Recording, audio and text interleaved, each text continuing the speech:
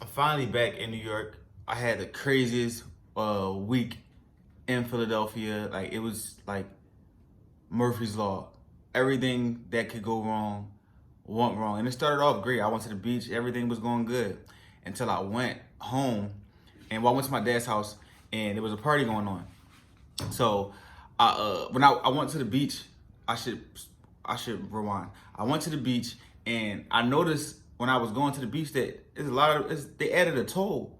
Like I paid altogether I paid 6 tolls to get from and back to Philadelphia, from Philadelphia to New Jersey and back to Philadelphia. It was unheard of, and it's like I guess because everybody's on this whole kick like we're trying to make back money. We're trying to make back money that we lost during the pandemic. But I'm like, well, so what was that PPP money for? Like that they gave to everybody? Like y'all still trying to make money back even though they gave you all that money, and now we gotta pay for. We were affected too. We broke too. We fucked up too. So y'all trying to make us pay more?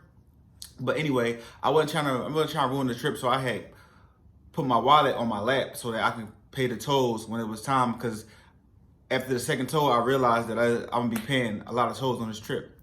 So I got my wallet in my lap. I finally get to the crib. I get out of I forgot my wallet's on my lap, so I'm assuming when I got up, I dropped my wallet on the floor, on the ground, in the street. Now, when I first told people this, like I lost my wallet, they was like, go outside, you probably dropped it in the street, you probably did this or you probably did that, it probably fell somewhere. But people don't know that around my dad neighborhoods, it's like a high crack area. Like there's a lot of crackheads around there. And what crackheads do is called and I might have the term wrong, but it's called ground surfing. So what they do is when they walk, like if you ever look at a crackhead, they never looking up.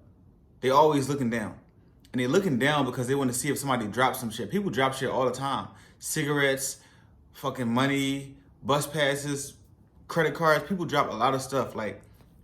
And 9 times out of 10, if you drop something in the neighborhood where there are a lot of crackheads at, it's not gonna last more than 5 seconds. I think the crackhead who got my stuff, actually found he saw when I dropped it in, waited for me to walk into the house without unknowing, not knowing that I dropped my wallet.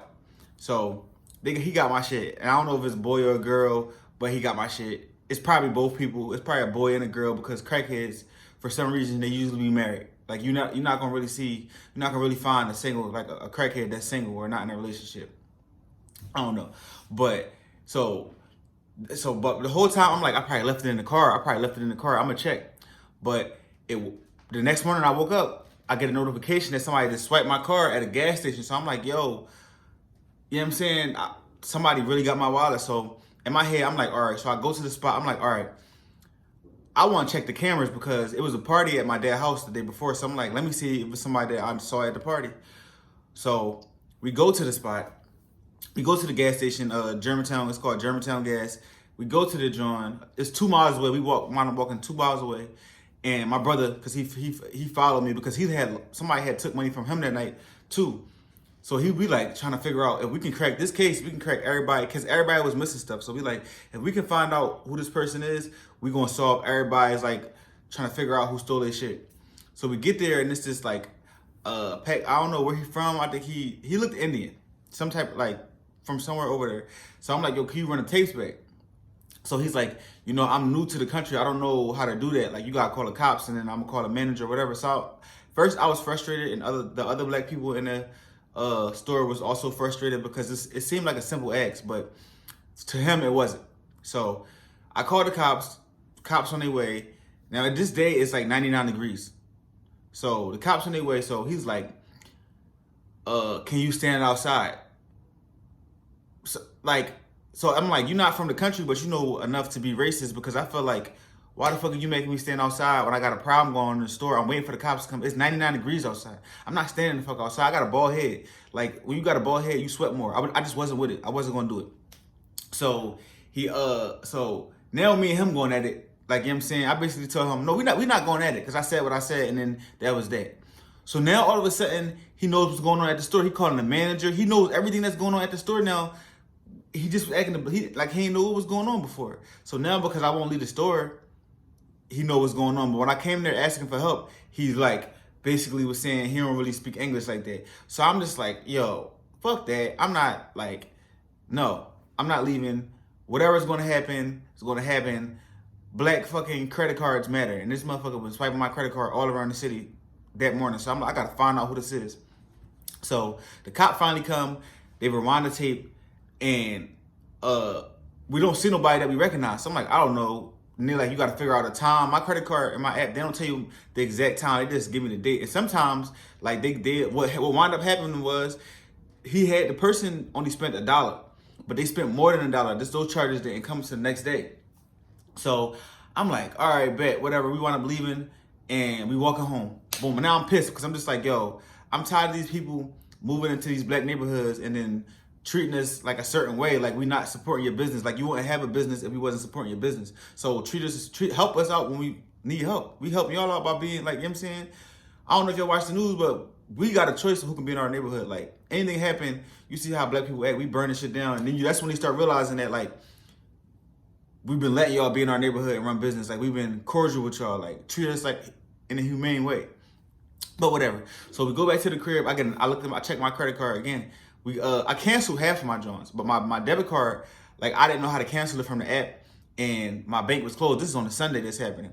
So I fucking, when I go home and I'm checking my account, this motherfucker's at a different gas station and I got like a $59 charge. I'm like, yo, what is he buying for $59? Like, what is going on? So when I'm telling my cousin telling me about this scam that crackheads be doing, where just like when they get your card, they swipe it.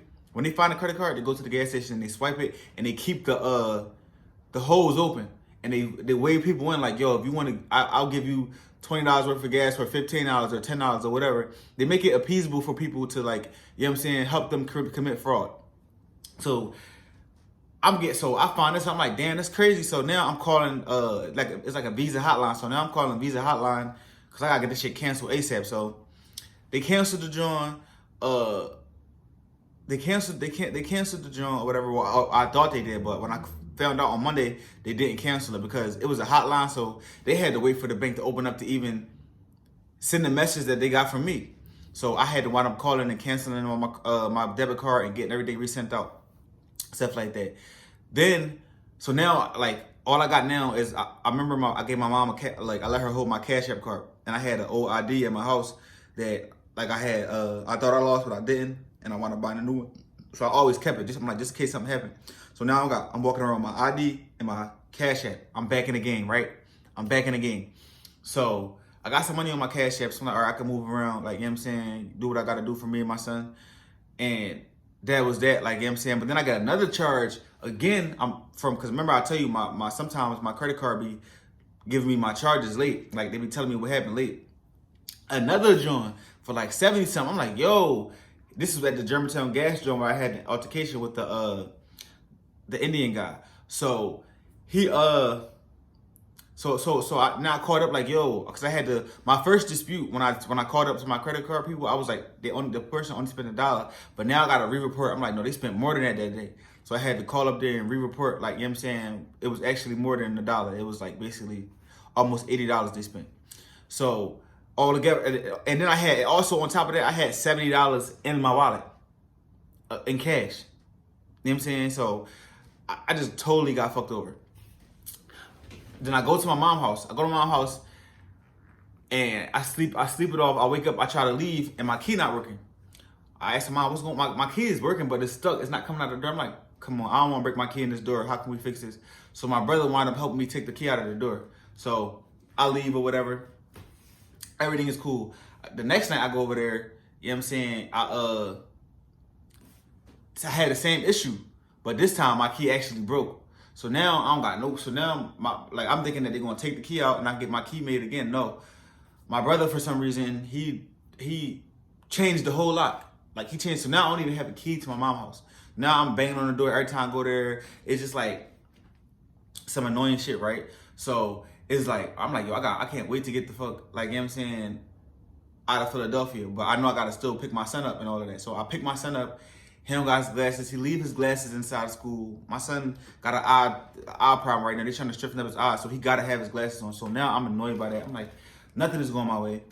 Then I buy some weed, and it's fucking CBD. Like, I never even knew what CBD was until I smoked that weed, because it just, all I felt like, I felt like I took a deep breath, like, and that's it. It was I was mad. I was pissed off. I made a post on Instagram about it. Everybody thought it was funny. I was really pissed off. So then I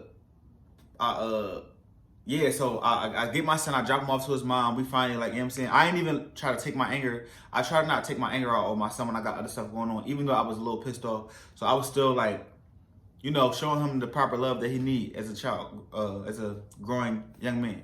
So I booked my ticket, you know what I'm saying?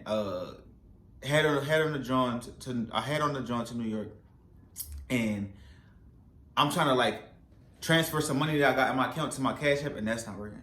So just like, get me the fuck out of Philadelphia. Like, that was my whole thing. Get me the fuck out of Philadelphia.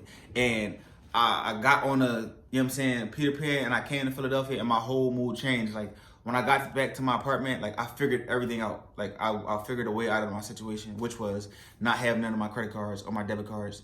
And long story short, like, I don't think I'm gonna be making a lot of trips back to Philadelphia if I don't have to, because I really genuinely feel like that's just not the place for me to be at, because bad things happen in Philadelphia. I know people was like, Donald Trump was right about a lot of shit, and one of the things he's right about was bad things happen in Philadelphia, because so many bad things happen. I had anxiety the whole fucking. I'm happy to be back home. I'm telling people I'm from Harlem now. I don't even say I'm from Harlem.